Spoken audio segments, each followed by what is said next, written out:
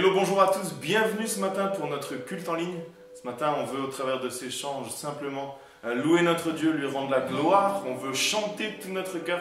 Je t'invite là où tu es chez toi, peut-être à tenir debout si tu le peux et à faire la fête avec nous. C'est parti.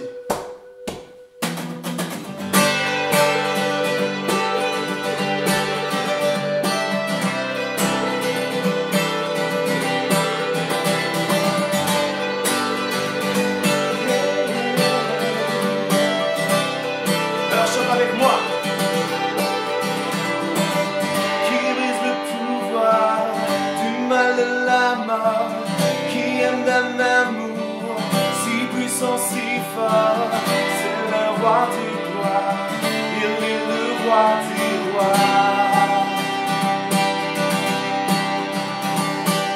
Qui secoue la terre par un seul tonnerre, qui nous émerveille par tant de mystères, c'est le roi du gloire, il est le roi du roi.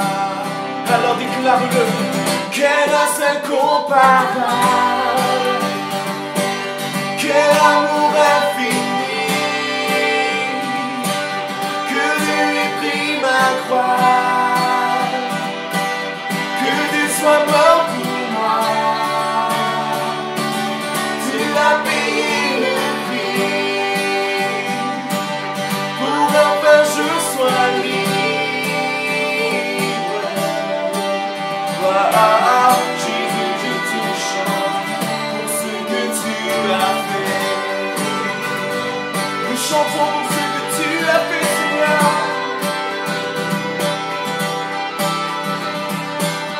Qui ramène la paix dans la confusion. Chant des orphelins, en fils et en fille. C'est le roi de gloire, il est le roi des rois.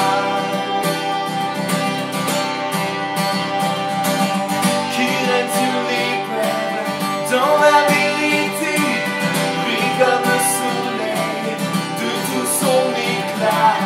C'est le roi de gloire, il est le roi des rois. Chante de tout ton cœur, quelle grâce incomparable, quel amour infini, quel amour infini. Que Dieu ait pris ma croix, que Dieu soit mort pour moi. Tu as payé le prix pour enfin je sois libre. Jésus, je te chante pour ce que tu as fait. Alors chante de tout ton cœur, digne est l'agneau immolé, vainqueur sur la mort, digne est l'agneau immolé, digne est le roi vainqueur sur la mort, digne est l'agneau immolé, digne est le roi vainqueur sur la mort, digne est l'agneau immolé, que tu es digne, digne est le roi vainqueur. Quelle grâce incomparable, quel amour infini, que Dieu ait pris ma croix, que Dieu soit mort pour moi. Oui, tu as payé le prix, pour enfin je sois libre.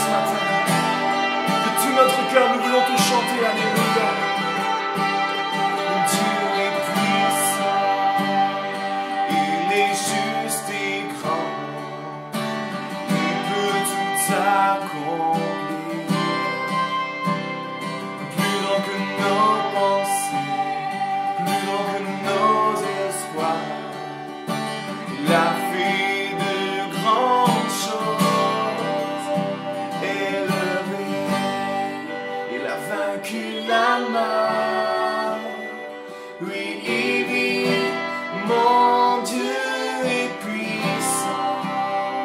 En son nom, j'ai la victoire. Le Seigneur, mon Dieu est puissant.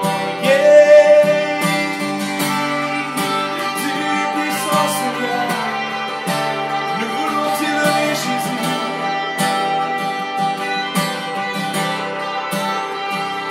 Dieu est en nous, il est parmi nous. Il ouvre la voie.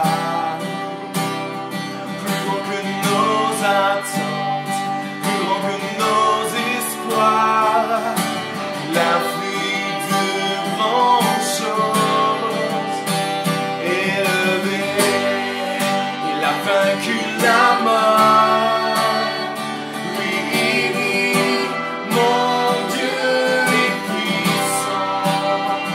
En son nom, j'ai la victoire. Le Seigneur, mon Dieu, rechantez, levez de tout ton cœur, élevé, il a vaincu la mort. Oui, mon Dieu est puissant. En son nom, j'ai la victoire. Le Seigneur, mon Dieu est puissant.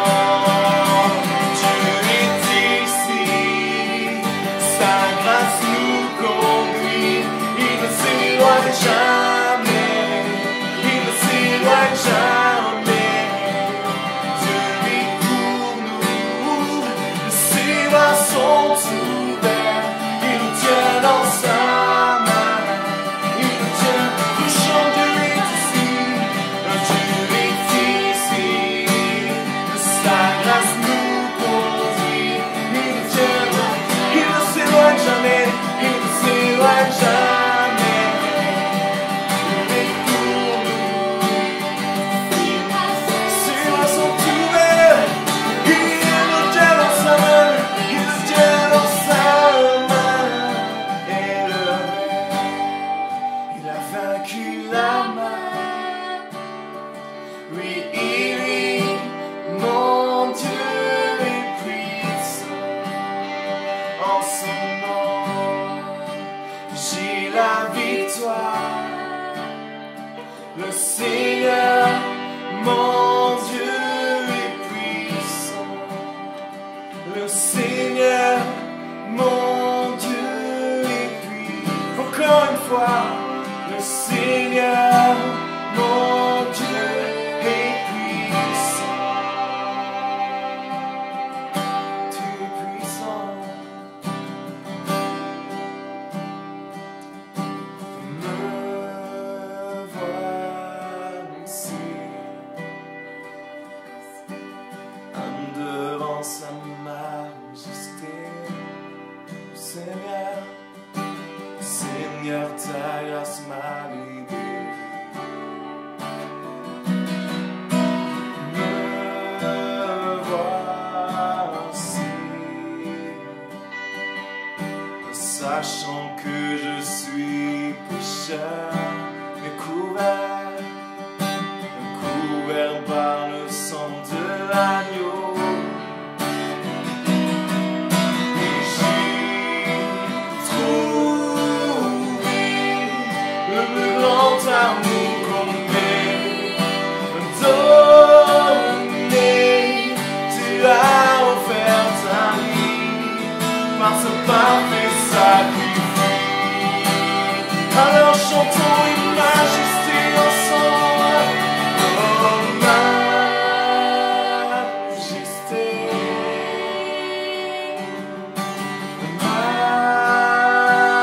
majesté. Ta grâce m'a trouvé tel que je suis. Je dépose entre tes mains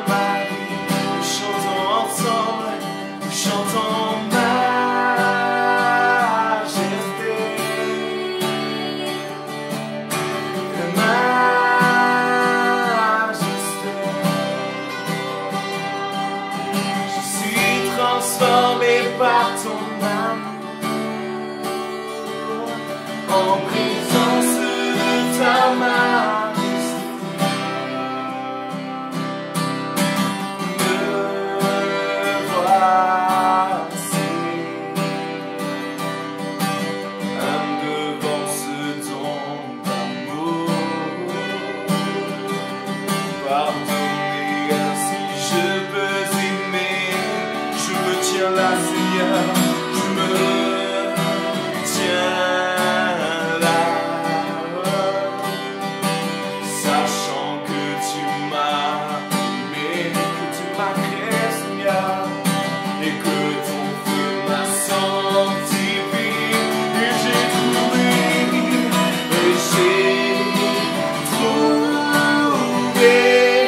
le plus grand amour qu'on ait donné. Tu as offert ta vie par ce parfait sacrifice. Oui, par ce parfait sacrifice, nous le déclarons, nous chantons majesté. Oh, majesté.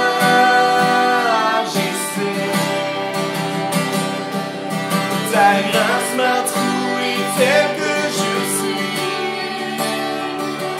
Je dépose entre tes mains.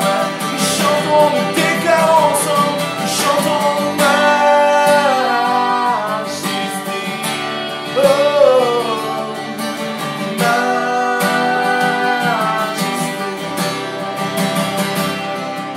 Je suis transformé par ton amour, en présence de ta majesté. Nous chantons majesté,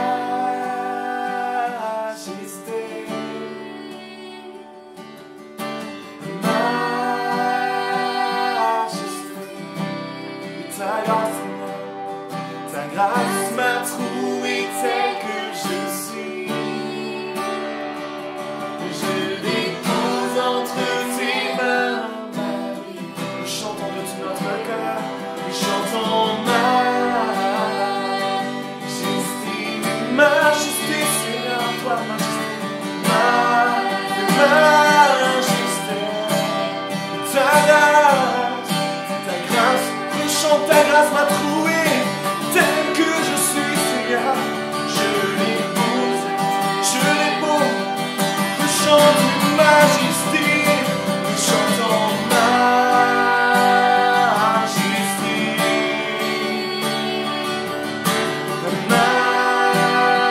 majesté. Je suis transformé par ton amour, en présence de ta majesté. Oui, je suis transformé.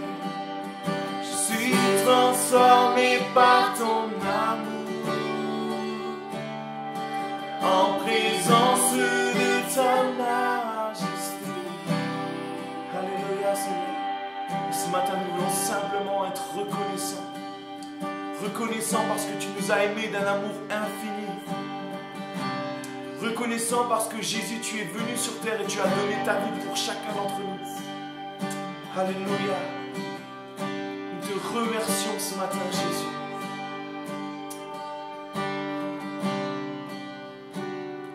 Et comment te dire merci, comment ne pas t'abandonner ma vie. Alléluia, Alléluia, comment t'aimer, te louer, faire de ce jour que tu nous as donné. Un Alléluia, Alléluia, Alléluia. Quand j'entends l'histoire d'un Dieu plein de gloire, vêtu d'humanité, souffrant à nos côtés. Sur la croix, ils sont cloués, elle ne pouvait te garder. Tu es ressuscité par ta vie, tu as tout changé.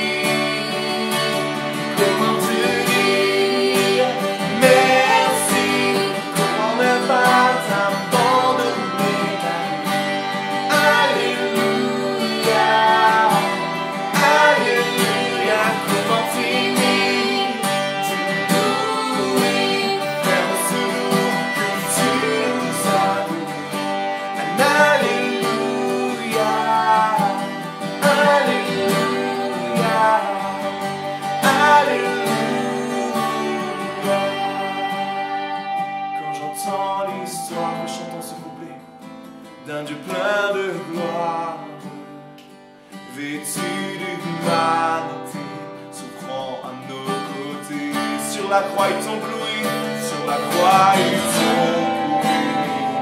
Et puis te garder, tu es ressuscité par ta vie, tu as tout changé. Oh, comment te dire merci, comment ne pas t'abandonner ma vie. Alléluia, Alléluia, comment t'aimer, te louer, vers le seul que tu nous as donné. Alléluia, Alléluia, Alléluia, Alléluia, Jésus. Comment ne pas t'abandonner, oui. Comment ne pas te remercier, Seigneur. Alors chantons ensemble. Comment te dire merci. Comment ne pas t'abandonner, ma vie. Alléluia, Alléluia. Comment t'aimer, te louer, faire de ce jour que tu nous as donné. Alléluia, Alléluia, Alléluia.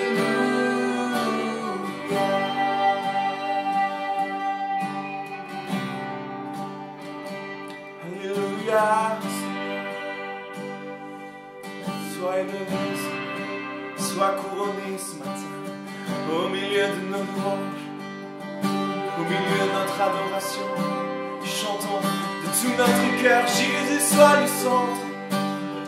Jésus, nous voulons te couronner. Jésus, nous voulons t'élever. Chantons ce chant ensemble.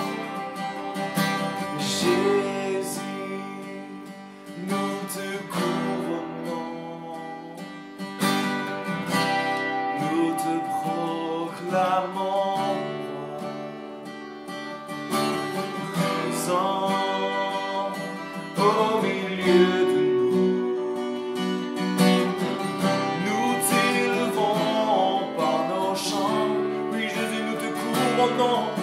Jésus, nous te couronnons. Nous te proclamons roi. Présent au milieu de nous, nous t'élevons par nos chants, nous t'adorons, nous t'exaltons. Viens établir ton trône éternel, par nos louanges nous t'invitons. Viens Jésus, prends la place du roi. Jésus, nous te couronnons, nous te proclamons roi. Tu es présent, présent au milieu de nous.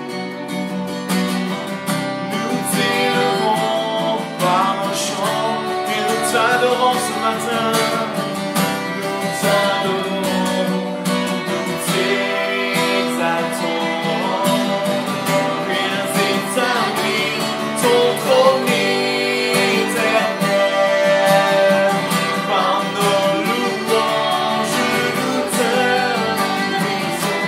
Viens Jésus, prends la place du roi. Nous te louons, t'adorons.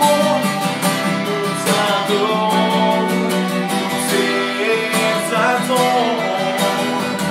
Viens établir ton trône éternel. Par nos louanges, nous t'invitons. Viens Jésus, prends la place du roi. Chantons une dernière fois, nous t'adorons. Nous t'adorons, nous t'exaltons, Seigneur. Viens établis ton trône éternel. Par nos louanges, nous t'invitons. Viens Jésus, prends la place du roi. Viens Jésus, prends la place du roi. Viens Jésus, prends la place du roi. Prends la place du roi, Seigneur. Nous voulons t'accueillir, les bras grands ouverts. Nous voulons élever nos voix, chanter ton amour. Que ce matin nous puissions simplement là où nous sommes élever nos voix de tout notre cœur, le célébrer, l'adorer, l'acclamer.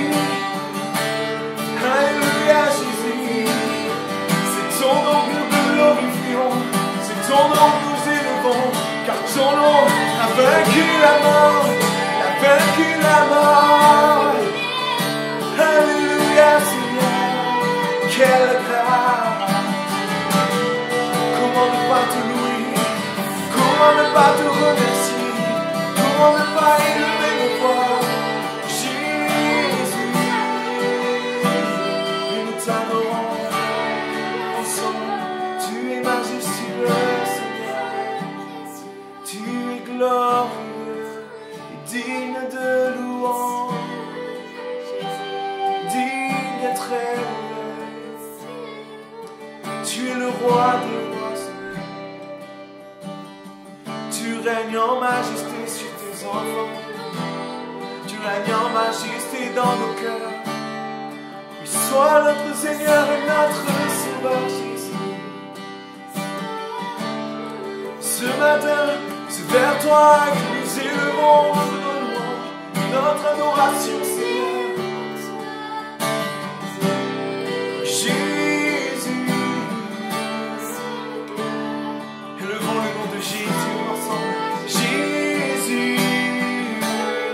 Sois le centre, sois le centre.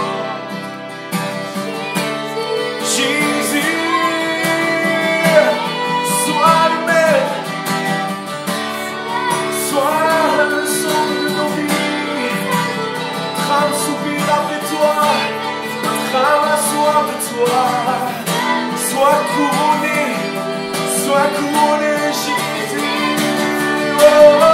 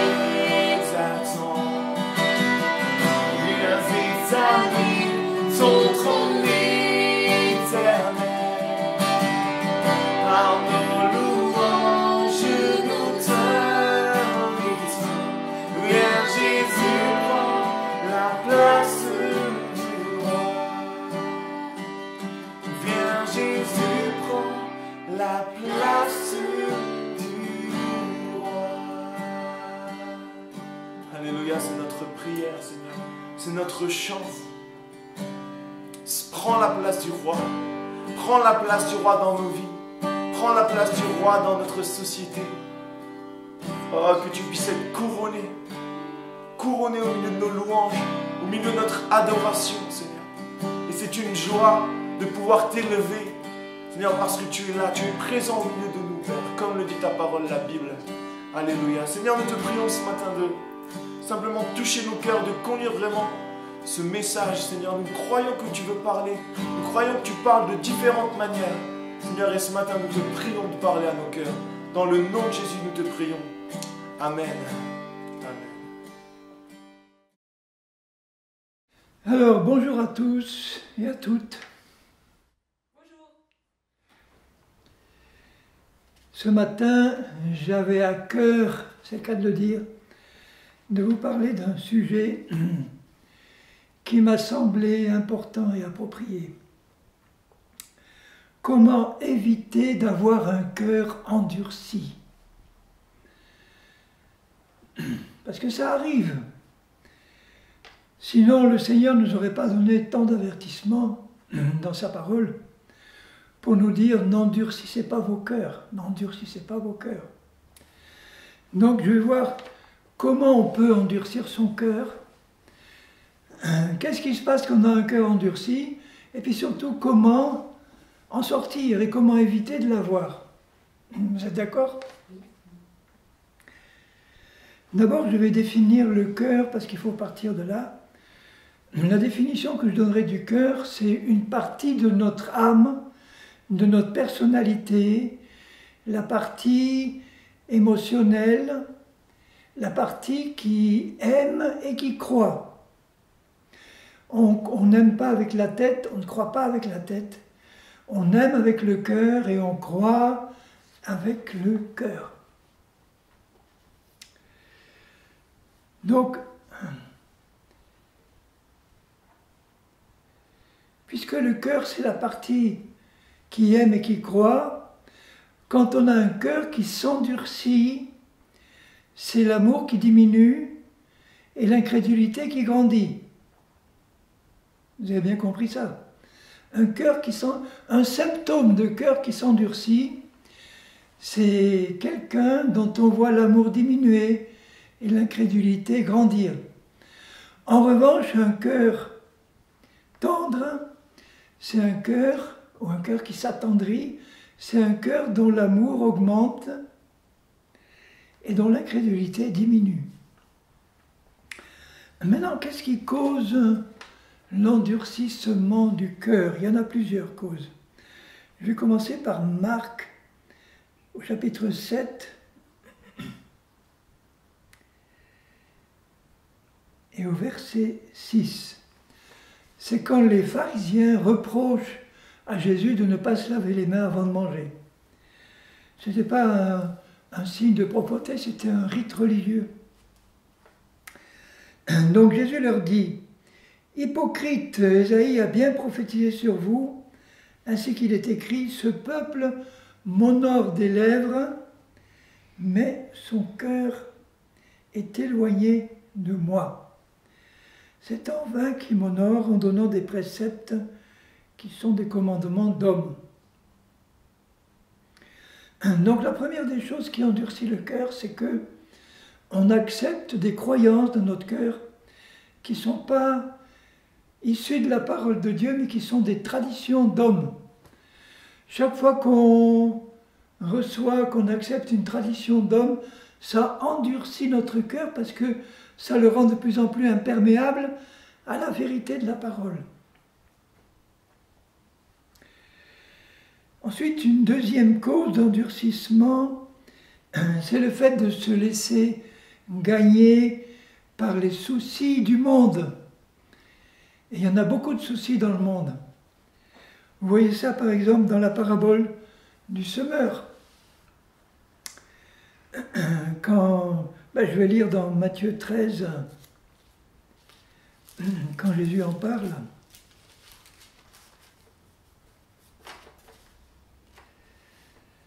Matthieu 13 au verset 22.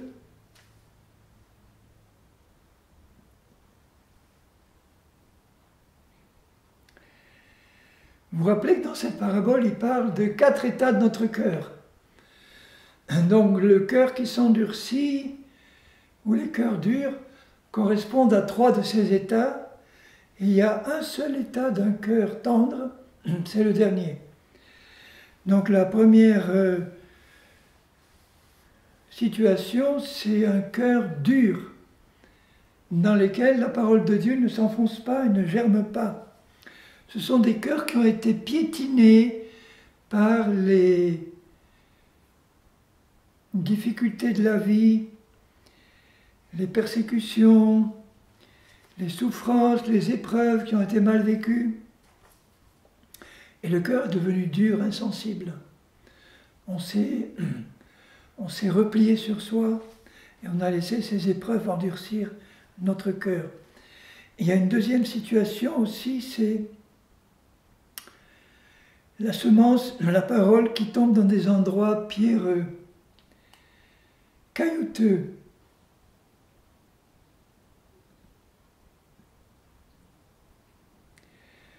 Jésus dit que ce sont des gens qui reçoivent la parole avec joie d'abord, mais ils manquent de persévérance.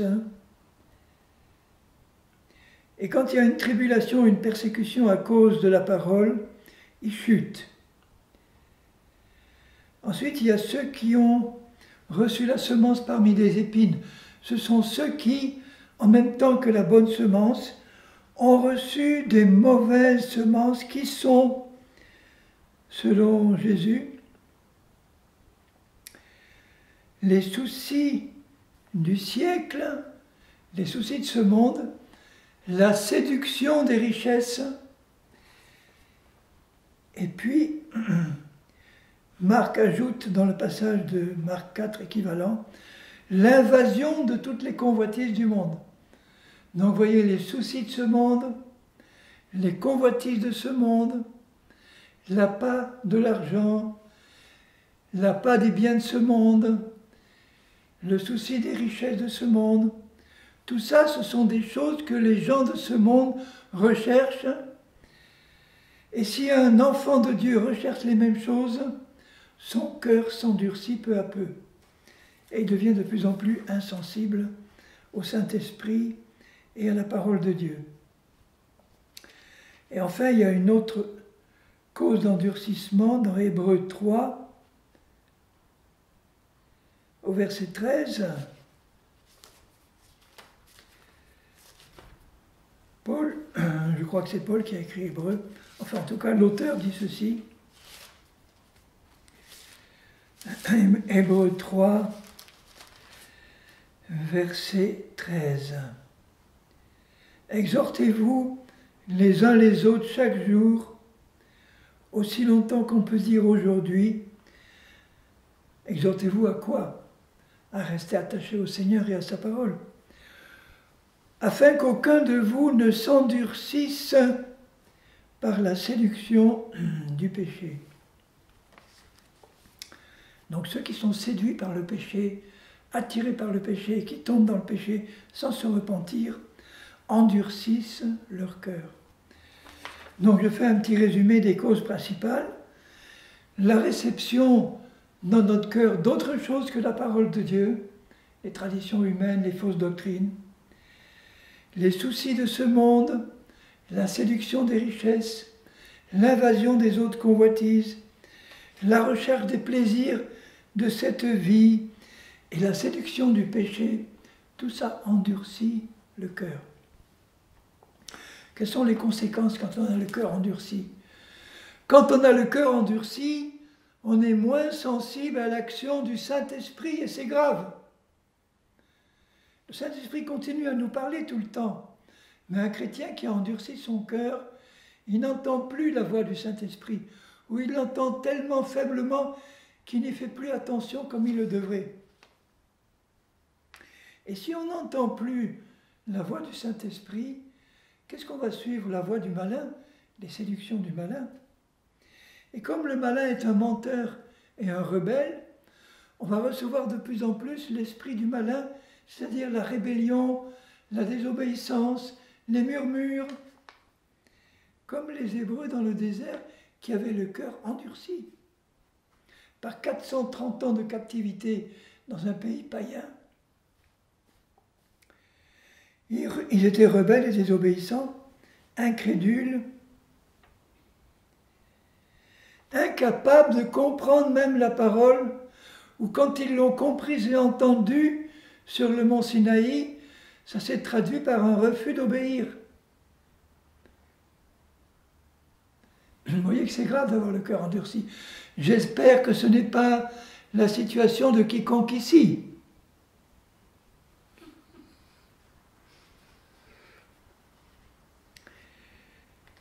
Rébellion, désobéissance, incrédulité, les yeux fixés sur les choses d'en bas, et surtout le refus de se repentir. Dans Romains 2, l'Épître aux Romains au chapitre 2, l'apôtre Paul dit ceci,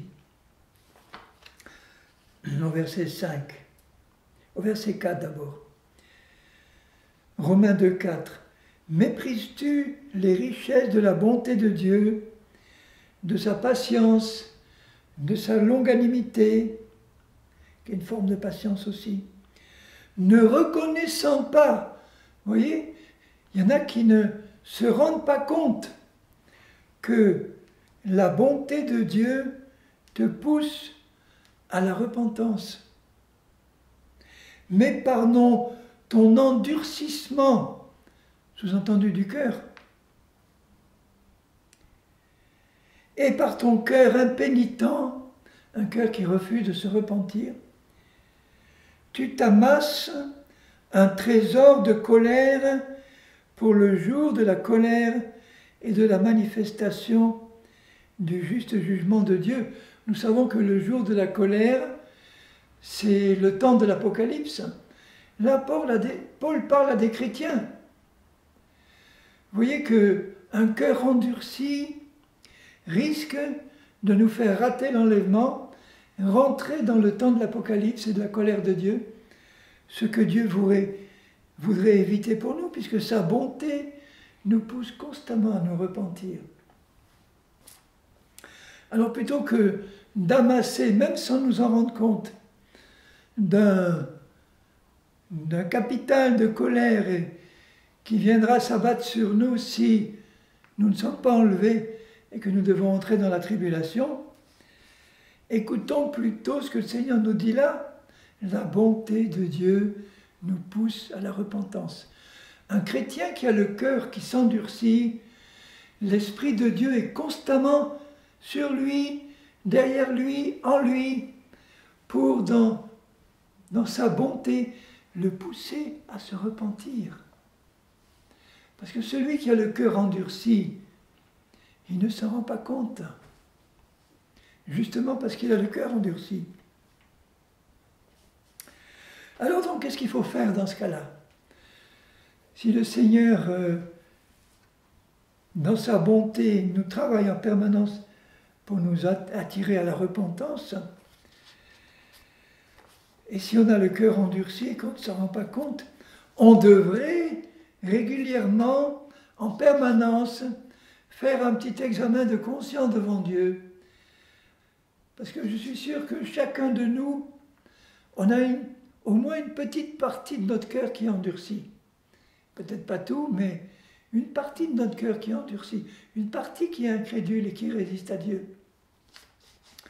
Donc, la bonté de Dieu consiste à nous dire, à nous faire comprendre qu'à tout moment, nous pouvons nous placer devant Dieu en lui disant sincèrement, Seigneur, je me mets devant toi, fais la lumière dans mon cœur et montre-moi tout ce qui peut être endurci dans mon cœur. Montre-moi si j'ai un cœur qui s'endurcit petit à petit ou un cœur qui, au contraire, se ramollit de plus en plus devant toi. Donc, nous devons nous ouvrir à l'action du Saint-Esprit qui nous pousse à nous repentir. J'expliquais hier courtement aux frères qu'on a rencontrés hier la signification du mot repentance dans la Bible.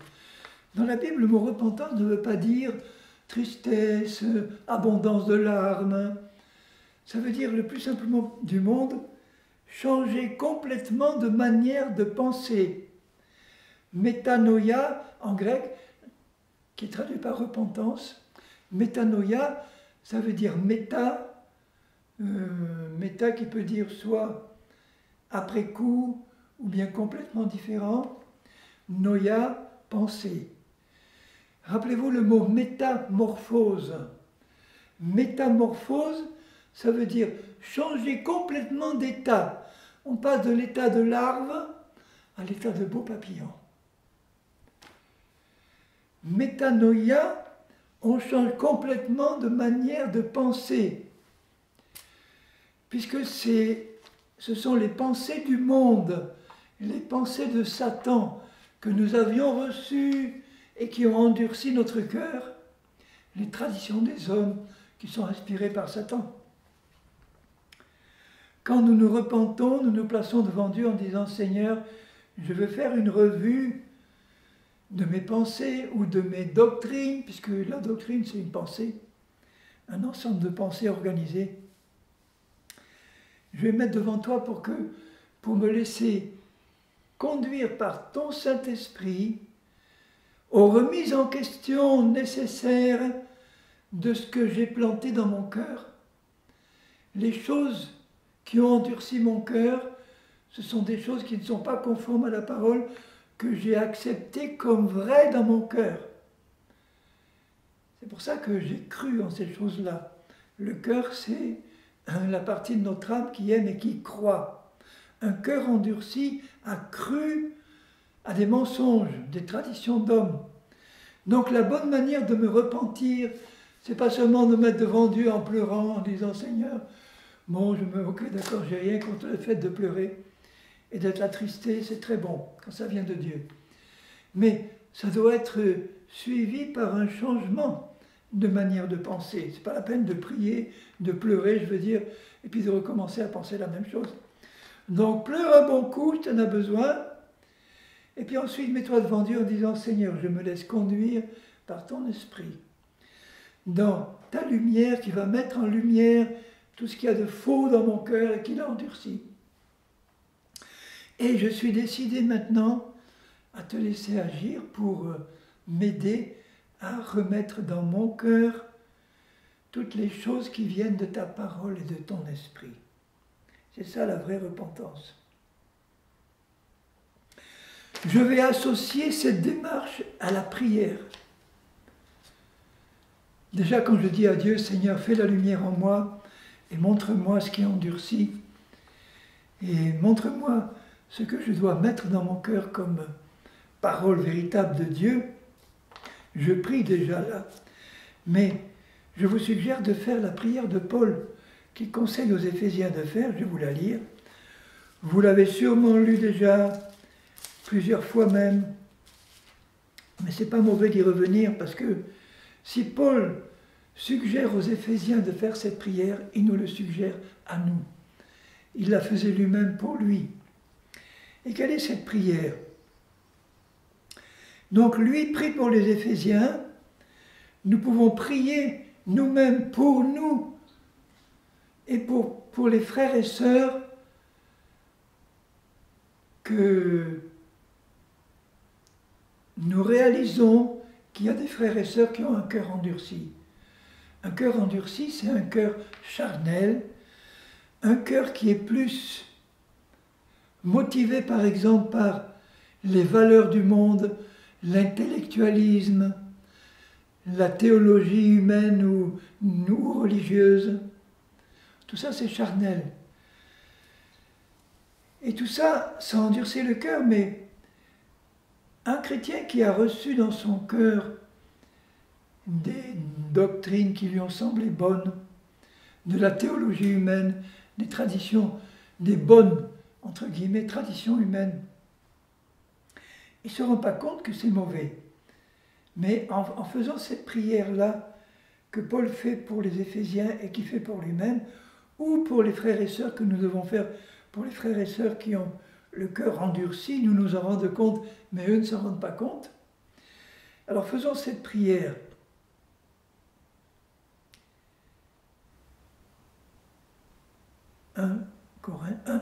Éphésiens 1, verset 16. Je fais mention de vous dans mes prières, afin que le Dieu de notre Seigneur Jésus-Christ, le Père de gloire, vous donne un esprit de sagesse et de révélation dans sa connaissance. Quand je prie en disant « Seigneur, donne-moi un esprit de sagesse et de révélation dans ta connaissance. Ça veut dire, Seigneur, déverse dans mon cœur ta sagesse, en passant par mon intelligence, bien sûr, pour que je comprenne. Déverse dans mon intelligence, pour que je puisse le croire et le mettre dans mon cœur, déverse un esprit de sagesse divine. Un esprit de révélation, ça veut dire, révèle-moi les choses. Je suis passé à côté des vraies choses. Révèle-les-moi, Seigneur. Je ne veux plus passer à côté, je veux en remplir mon cœur. Dans ta connaissance, ça veut dire que ça passe par une vraie connaissance de Dieu et pas la connaissance que j'avais moi imaginée avec mes fausses doctrines. Parce que si vous recevez par exemple des doctrines légalistes et religieuses, elles mettent en vous une image de Dieu qui ne correspond pas du tout à la réalité du vrai caractère de Dieu. Ensuite, il dit,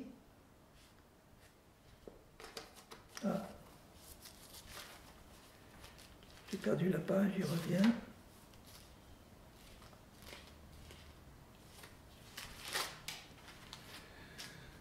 Donc, après avoir demandé de recevoir un esprit de sagesse et de révélation dans sa connaissance,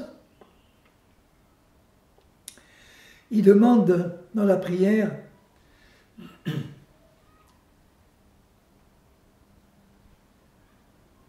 qu'il illumine les yeux de notre cœur. Un cœur qui est illuminé, c'est un cœur qui n'est pas dur, qui n'est pas endurci. Donc je lui dis, Seigneur, illumine les yeux de mon cœur, que je vois avec les yeux de l'amour et du cœur. Quoi? Illumine les yeux de mon cœur pour qu'il voie. Pour que vous sachiez quelle est l'espérance qui s'attache à son appel. Que je le sache. Ça, c'est la foi, ça. De même que je sais que je suis sauvé par la révélation de la parole et que rien ne peut m'enlever cette conviction, il faut que par la révélation qui nous donne de sa sagesse et de sa parole, je sache, donc je le sais dans mon cœur, je le crois, quelle est l'espérance qui s'attache à son appel? Qu'est-ce qui m'attend suite à l'appel de Dieu? L'espérance, ce sont les choses futures qui m'attendent et qui ne sont pas encore réalisées. Qu'est-ce qui m'attend? L'enlèvement à la rencontre du Seigneur, les noces de l'agneau, le trône de Christ, devant lequel toutes mes œuvres vont être jugées, le règne de Christ pendant 1000 ans sur cette terre, et le jugement dernier, auquel je n'aurai pas droit, puisque j'aurais déjà été jugé par l'enlèvement. Ça veut dire le tri va se faire au moment de l'enlèvement. Et puis le règne millénaire dans le royaume nouveau de Dieu, dans la Jérusalem céleste sur la nouvelle terre. Tout ça, ça m'attend. Plus je vais méditer, recevoir la révélation de ces choses extraordinaires qui m'attendent, plus je vais m'y préparer. Et moi, je vais endurcir mon cœur parce que je ne vais pas attacher les yeux de mon cœur aux choses d'en bas et du monde, mais je vais les attacher aux choses qui m'attendent et pour lesquelles je me prépare. C'est ça la richesse de ce qui m'attend. Que je sache quelle est l'espérance des choses que j'espère, l'espérance qui résulte de son appel. Comme si Dieu me dit, Henri, je t'appelle à des choses glorieuses, je te les révèle dans ma parole, reçois-les dans ton cœur et garde-les, parce que ça va te motiver à te préparer, à attendrir ton cœur de plus en plus, pour qu'il y ait dans ton cœur de plus en plus d'amour et de foi. Ensuite, que tu saches quelle est la richesse de la gloire de l'héritage que tu as reçu en Christ et de l'héritage qui est en toi. Le grec dit, quelle est la richesse de la gloire de son héritage dans les saints. Dans chacun de vous, bien-aimés, il y a un héritage dans votre esprit régénéré, qui souvent est complètement ignoré par les chrétiens qui n'en profitent jamais dans leur vie. Ce sont des choses qui nous ont été acquises par Christ. Là, on ne parle pas de choses futures qu'on espère. On parle d'un héritage présent maintenant que Christ a acquis pour vous, que vous devez connaître, que vous devez croire pour en profiter. Qu'est-ce que Christ a acquis pour nous? Une nouvelle nature sainte et juste comme la sienne, un esprit nouveau, régénéré qui est le vôtre maintenant. Le pardon permanent de tous nos péchés quand nous gardons un esprit humble. La délivrance de tous les liens démoniaques. La guérison de nos maladies et de nos infirmités. La provision pour tous nos besoins avec abondance. La vie abondante en Jésus, ce n'est pas pour le futur, c'est pour maintenant. Donc vous voyez, dans cette prière de Paul, il y a tout ce qu'il nous faut pour avoir un cœur tendre, si on médite sur ces choses. Et enfin, la troisième chose, que vous sachiez quelle est envers nous, qui croyons en Dieu et en sa parole, l'infinie grandeur de sa puissance qui se manifeste avec efficacité par la vertu de sa force. Donc, quelle est pour nous qui croyons l'infinie grandeur de sa puissance? Notez bien ceci, c'est que l'infinie grandeur de la puissance de Dieu ne se manifestera dans notre vie qu'à proportion de notre foi, de ce que nous croyons. Si nous croyons un petit peu, nous n'aurons qu'un petit peu de la manifestation de l'infinie puissance de Dieu, et c'est dommage. Donc elle est pour nous qui croyons, plus nous allons croire à toute cette vérité qui entre dans nos cœurs, plus nous verrons dans notre vie se manifester de plus en plus l'infinie grandeur de la puissance de Dieu. Et l'infinie grandeur de la puissance de Dieu, c'est quoi? L'amour, la joie, la paix, la patience, la bonté, la fidélité, la foi, la douceur, la maîtrise de soi. Amen. Amen. Plus fort. Amen. Amen. On n'entend que des voix de femmes.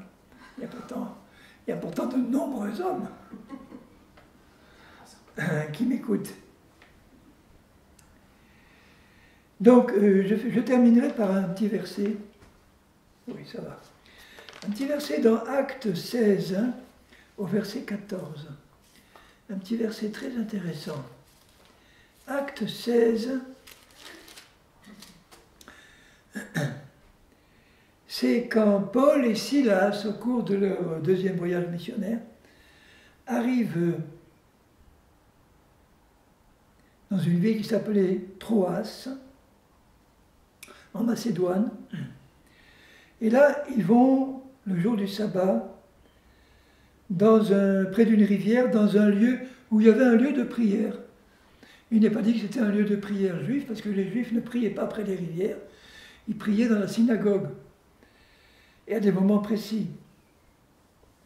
Donc là, c'est sans doute des païens de Troas qui se réunissaient pour prier, et Paul a envie d'y aller pour les évangéliser. Donc c'est ce qu'il fait.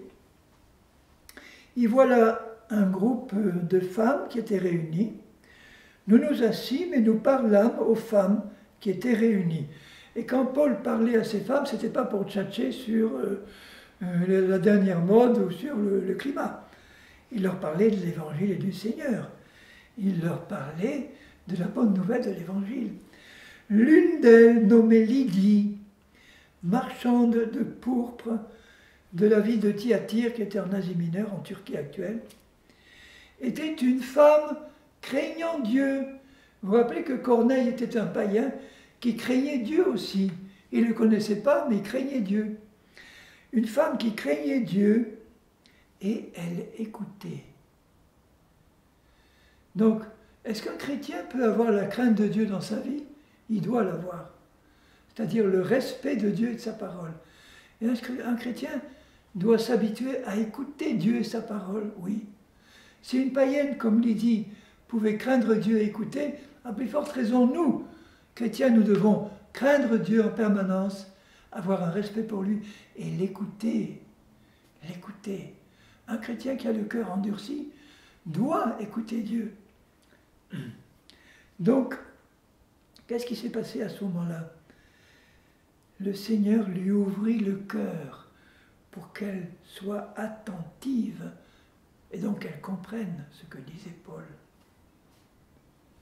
Si dans notre cœur de chrétien, nous avons et nous entretenons une sainte crainte de Dieu et un désir de l'écouter, Dieu va faire quelque chose que nous ne pouvons pas faire. Il va ouvrir notre cœur endurci et nous allons pouvoir écouter et comprendre ce que dit Dieu. C'est pas difficile, non? Alors faisons-le. Je vous laisse sur ces bonnes paroles et nous allons finir par la prière.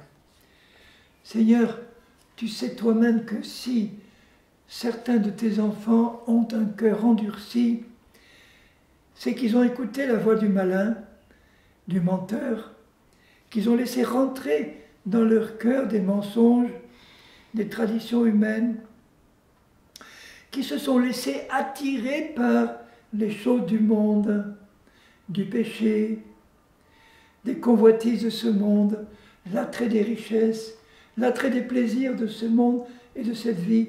Je ne parle pas des plaisirs sains, Seigneur, des balades, du sport et des choses comme ça, mais des plaisirs que le monde recherche.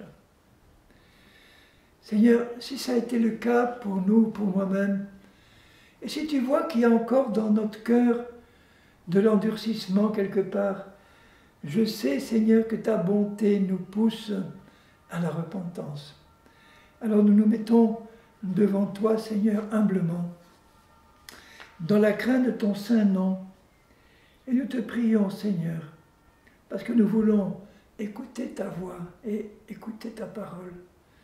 Nous te prions d'ouvrir nos cœurs comme tu l'as fait pour Lydie, pour que nous puissions comprendre, écouter ta parole dans la vérité, parce que nous voulons la faire descendre dans nos cœurs.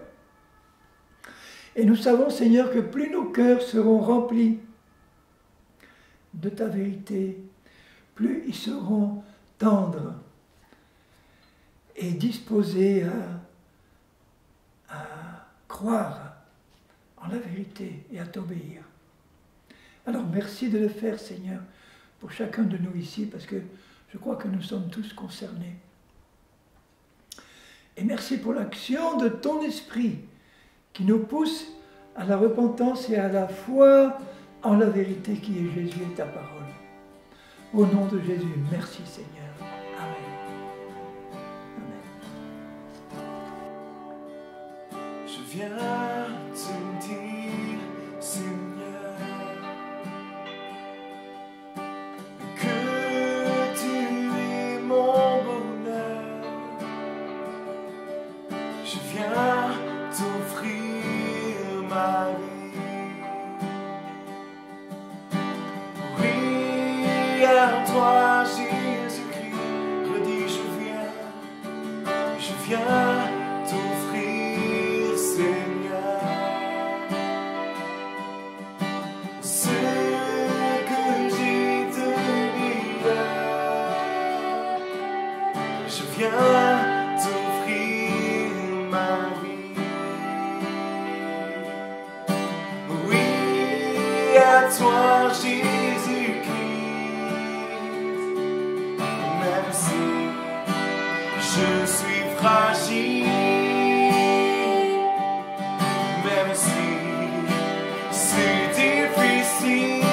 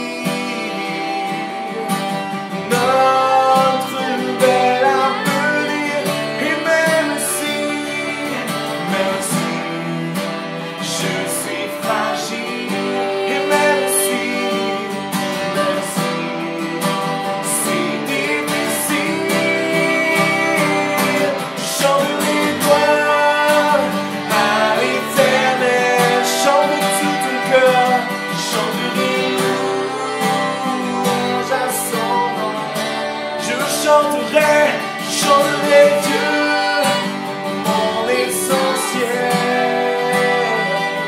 Je chanterai en l'honneur de son, je chanterai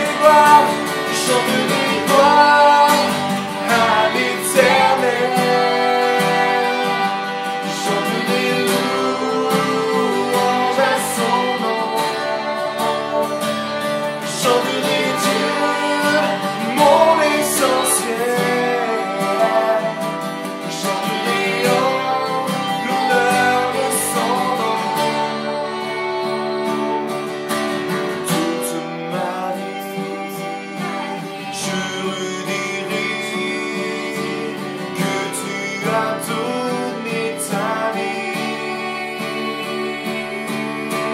Toute ma vie, je redirai que tu as payé le prix. Oh, toute ma vie, je redirai que je ne vis que pour lui. Je chanterai gloire à l'éternel. Je chanterai louange à son nom. Je chanterai Dieu, mon essentiel. Je chanterai en l'honneur de son nom. Encore une fois, je chanterai gloire à l'éternel. Je chanterai louange à son nom. Je chanterai Dieu, mon essentiel. Je chanterai en l'honneur de son nom. En l'honneur de son nom, Seigneur. Alléluia, nous voulons chanter gloire à l'éternel, gloire au Dieu Tout-Puissant et lui rendre au travers de ce chant toute la gloire.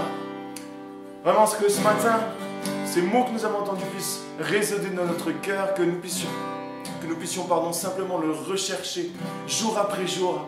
On se retrouve la semaine prochaine. Que vous puissiez, peut-être ceux qui désirent envoyer des demandes, si vous avez des questions ou quoi, n'hésitez pas à nous contacter. Vous verrez l'adresse mail du pasteur dans la description. En tout cas, on se tient à votre disposition et que Dieu vous bénisse.